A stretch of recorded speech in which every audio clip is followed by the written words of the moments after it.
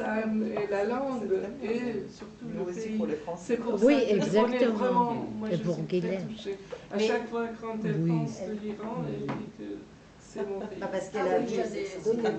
Mais Dans ce d'autres voyage m'a moments. marqué. Moi, je comprends.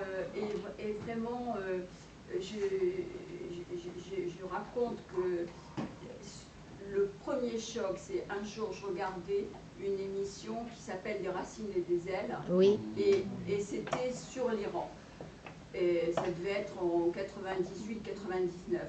Et je vois des touristes français, tous en général assez cultivés, hein, c'était quand même des gens, et qui parlent de l'Iran et qui disent le peuple est extraordinaire. On a vu, alors on voit évidemment Ispahan, vous avez évoqué tout ça, et le peuple est extraordinaire, et les gens sont... Et puis on voit une guide qui parle de l'Iran et qui dit mais elle riait avec les Français et elle disait oui, ben, pendant que vous alliez cueillir du gui dans les arbres, nous on construisait, etc. Et puis les gens ont dit, j'ai jamais eu peur, le peuple est tellement gentil. Alors que moi j'avais cette image évidemment des dirigeants iraniens qui nous font peur, Bien sûr, bien sûr. Et j'ai été tellement fascinée par ça, j'ai dit, le prochain voyage que je fais en Iran.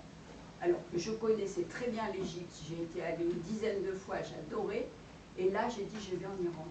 Et je dois dire que j'ai fait qu'un voyage, j'en suis restée marquée à vie.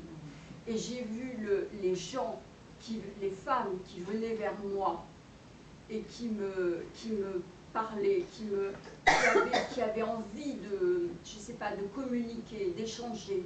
Je n'ai jamais eu peur en Iran, jamais, vous entendez. Je me promenais seule, je n'ai jamais eu peur.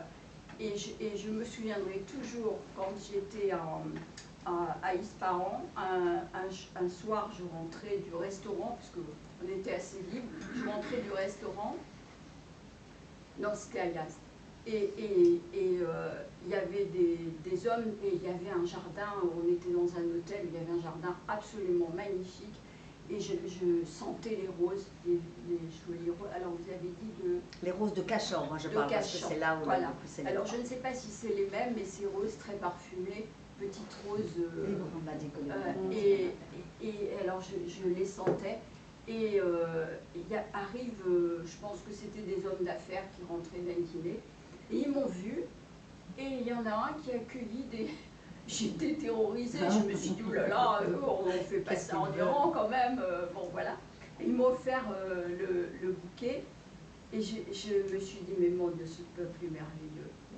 Ce peuple est merveilleux. C'est comme ça, ça va. C'est offrir des roses, ça va. Vous voyez, c'est ça, comme je disais tout à l'heure, les grandes cultures s'attirent, s'aspirent, se comprennent. Et ce n'est pas une question de comparaison, mais en France, le roman est beaucoup plus important que la poésie.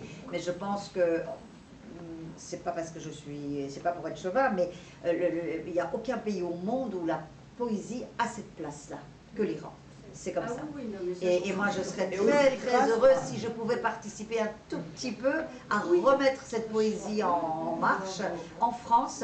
Mais ça commence à aller un petit peu, un peu plus. On commence à s'intéresser un peu plus. Est-ce qu'il y a d'autres... Parce qu'il faut le temps pour dédicacer le livre. C'est pas poésie qu'elle aussi a sauvé tout à fait. Voilà.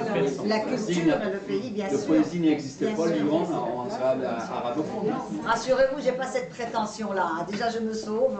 J'essaie de sauver vos armes un tout petit peu. Ça m'ira. Chère madame, cher monsieur, je vous envoie tous mes gratitudes. J'ai vu assez récemment, il n'y a pas si longtemps, des étrangers, notamment des Français, avec des camping-cars, dans un coin